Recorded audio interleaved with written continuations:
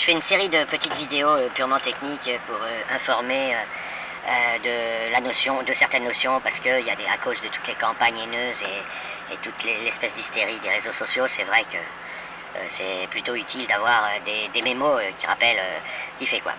Donc moi par exemple je fais partie, on va dire, d'un mouvement informel, mais on a souvent des groupes ensemble, etc. On se connaît pas les uns les autres, comme ça s'il y en a un qui est attrapé et torturé, il peut pas donner les autres même s'il le voulait. Des apostats blasphémateurs de l'islam. Alors c'est quoi? C'est un mouvement qui essaie d'aider les gens qui se disent musulmans à sortir de l'islam.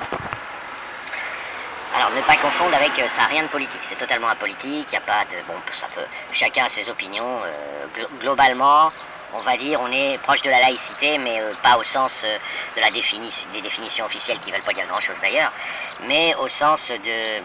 On rappelle qu'on ne sait pas, voilà.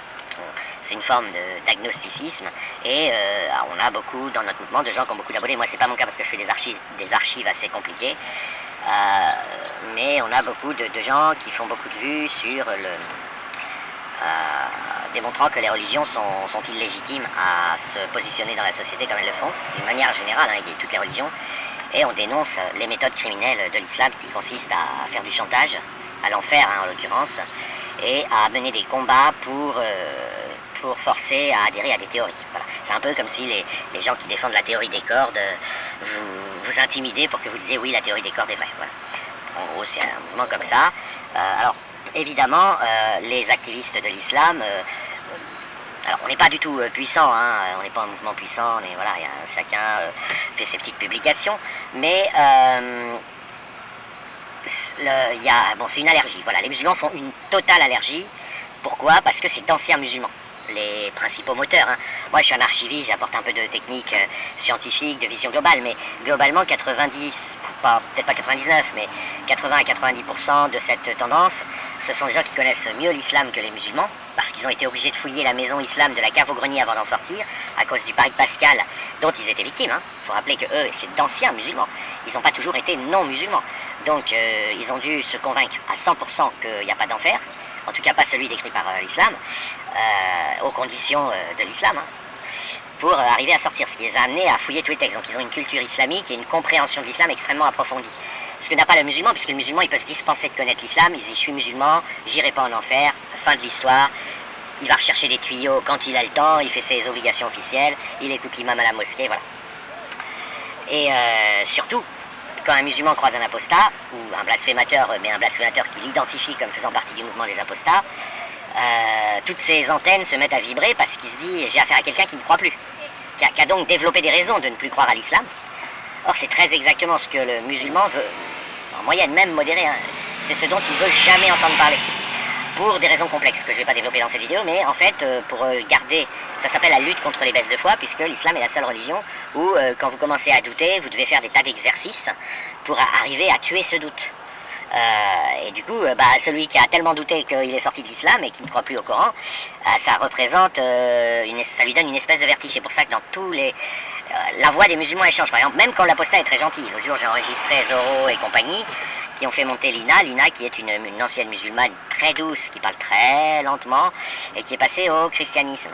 Et alors, ça s'entend, c'est sublime sur l'enregistrement, parce qu'au moment, et certains le savaient, mais ils n'étaient pas sûrs, d'autres, ils lui ont posé la question, et elle dit avec sa voix tout douce, et en plus elle leur est sympathique, parce qu'elle navigue dans les sphères antisémites, donc ils la considèrent comme une personne avec qui on peut parler, parce qu'elle est un peu, elle est pas, de toute façon elle fait rien de manière très brutale, mais voilà, elle aime bien discuter avec des antisémites, blabla, enfin, je ne refais pas le dessin de cette géographie-là, parce que ça nécessite aussi de parler trop longtemps, et donc elle dit, j'étais musulmane avant, waouh, tous les tons, les timbres de voix, les manières de couper la parole se sont changées, et ils vous laissent retenir, parce qu'elle est très très gentille, donc...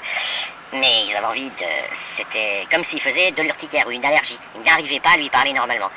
Parce qu'ils refusent l'existence même, la possibilité même que des gens qui étaient musulmans n'aient plus cru au Coran. Voilà. Alors maintenant, il faut comprendre, d'un point de vue rationnel et cognitif, et non plus passionnel et affectif, pourquoi le musulman adore les islamophobes droitards, vous voyez, l'islamophobe de base, qui prône la remigration et tout ça, qui est un peu raciste sur les bords. Là, les musulmans, ils adorent ça parce que ça leur fait un adversaire, qui du coup les réinstalle dans l'idée de djihad. Par contre, et surtout, la perspective islamique, hein, c'est le djihad mène au plus haut niveau du paradis. Ça, c'est la règle d'or. Donc, si on a des adversaires, les probabilités augmentent, qu'on monte au plus haut niveau du paradis en se battant avec eux et en étant tué au combat. Et parce que le but, c'est le paradis. Hein, on va pas se mentir, c'est pas le bonheur terrestre ou d'être de devenir cadre moyen ou cadre supérieur dans un califat. Le but du musulman, c'est d'aller au paradis. Là. La vie terrestre, c'est voilà, très accessoire. Et surtout d'éviter l'enfer. Donc il y en a qui se disent, j'ai fait beaucoup de péchés. Mon seul moyen d'éviter l'enfer, c'est de passer par les voies royales du paradis, pas celles de Monsieur Tout. Donc voilà, après, ça va induire plus ou moins de radicalisation, etc. Du coup, ce que les gens appellent le tout venant islamophobe, qui est en réalité un mécanisme xénophobe, hein, qui va s'attaquer aux musulmans, ils les adorent. Parce qu'ils sont leur porte pour le paradis, ou en tout cas potentiellement. Mais alors, ils ont une allergie totale à ceux qui critiquent l'islam mais qui les aiment, qui essayent de les convaincre que l'islam est faux. Pourquoi? Parce que, tout simplement, ils ont en face d'eux quelqu'un qui va chercher à les convaincre, d'une part, qui leur veut aucun mal, donc c'est déstabilisant, et puis qui va chercher à les convaincre que l'islam est faux, et qui va proposer des mesures sociétales, ou légales, ou politiques, l'interdiction de l'islam, des trucs comme ça. J'ai déjà expliqué que ça n'entraverait pas la liberté d'expression, parce que le chantage à l'enfer n'a pas à appartenir à la liberté d'expression. Le chantage n'a jamais été une liberté d'expression. Et ils se disent, si ces personnes-là, je les laisse avancer, premièrement, moi, je risque un jour de baisser la garde mentalement et d'apostasier moi-même, et donc de sortir de l'islam, de douter. Et deuxièmement, à coup sûr, si je laisse ces gens vivre, et qui prennent de la place dans la société, mais moi j'apostasierai peut-être pas, je quitterai peut-être pas l'islam, et mes enfants risquent d'être influencés et de quitter l'islam, et donc de terminer en enfer. Et donc ça part d'un bon sentiment, ils veulent que leur enfant aille au paradis, donc qu'ils restent musulmans, qu'il aille pas en enfer, etc., ça, c'est toujours... Voilà ce qu'est ce mouvement. Alors bon, moi je suis rien du tout dedans, parce que je fais des trucs trop compliqués, l'exemple typique c'est la présente vidéo, mais vous avez Majid Oukacha, Apostat Kafir, Touda, Ali Babal, donc Bob Bilal, il a écrit un livre, Majid Oukacha en a écrit 2 ou 3, etc., etc. Et évidemment tous anonymes et introuvables, c'est la base même de notre mouvement. Donc c'est pour ça que c'est rigolo, là, le petit truc, l'affaire que je suis en train de gérer là, qui est une corvée, quand le mec qui me doxe, enfin, qui prétend me doxer, et qui est en m'identifiant une personne, totalement le nom est publié, la photo est publiée, etc. Ça fait sourire, il n'y a personne qui ferait jamais ça dans ce mouvement. J'avais même d'ailleurs fait une vidéo, je vais la retrouver, où je m'étais fortement engueulé avec Majid Oukacha, et je lui avais fait passer la vidéo, à la suite, lui, qui pétait les couilles de tout le monde parce qu'il voulait, voilà, ils font du business, hein, Majid et compagnie, pas Majid Oukacha, pardon, rien à voir, hein, je retire, c'est pas Majid Oukacha dont je parle, c'est Jacques Le Fou, Cassius Ledy, etc., qui font à la fois du business, bon c'est normal, ils en vivent et tout, donc ils blasphèment plus tellement, hein, si on regarde bien, ils blasphèment plus, ils prouvent qu'ils ont raison sans blasphémer, ils font parler des musulmans, donc bon voilà, ils sont pas, parce que de toute façon s'ils blasphémaient, ils pourraient pas leur vie serait trop risquée, et qui lui prenait de faire ça à visage découvert, et donc il risquait d'influencer certaines personnes fragiles, à se croire courageuse en brisant leur anonymat. Donc j'étais monté au créneau, et c'est la seule vidéo que j'avais insisté pour qu'elle soit vue, avec, je l'avais obtenue d'ailleurs, mais voilà, non, l'anonymat est nécessaire, l'enjeu face aux musulmans qui croient à l'islam, c'est quand même que lui, il a face à lui l'enfer, hein, c'est brûler vif éternellement dans l'huile bouillante, en étant maintenu réveillé, ou le paradis. Vous pensez bien qu'on fait pas le poids, c'est pas des petits discours sur le courage, l'anonymat, le non-anonymat, qui comptent. Donc quand vous diffusez des arguments anti-islam, ils ont des objectifs qui sont de convaincre que le Coran ne vient pas de Dieu. Donc il n'y a pas besoin d'être courageux, il n'y a pas besoin de se payer le luxe de montrer sa tête pour ça, vous serez jamais récompensé, les gouvernements occidentaux ont une peur bleue de l'islam, ils ont une coopération avec les patrons des pays musulmans, qui, je rappelle, eux ne sont pas musulmans, ils font juste semblant, parce que eux, comme ils ont accès aux archives, ils vont pas croire à l'islam, hein. Ils savent que tout ça c'est bidon, et ces patrons, eux, pour eux, l'islam c'est une banque centrale, c'est-à-dire que l'offre de paradis, ça permet de payer une bouchée de pain, et puis tu te contrains avec l'enfer, et tu as des populations qui bougent pas, voilà, au sacrifice d'ailleurs de la femme, mais enfin, le changement nécessiterait une véritable réflexion économique sur comment remplacer la banque centrale que constitue la promesse de paradis par autre chose. Parce que là, les mecs, ils vont bouger. Hein. S'ils apostasient dans les pays musulmans et qu'ils ne voudront plus être payés une bouchée de pain, ils se révolteront, ils demanderont des congés payés et tout. Parce que pour l'instant, quelqu'un qui habite dans un pays musulman, la vie terrestre, c'est rien. Il se casse juste le dos pour pouvoir aller au paradis éternel. Donc évidemment, il ne demande pas à être payé cher. Okay. Donc vous avez des vrais trucs à grande échelle. Donc ces histoires de « ouais, il ne faut pas hésiter à parler à visage découvert », ben non, c'est juste s'exposer à une décapitation avec des probabilités diverses et variées, mais toujours trop hautes.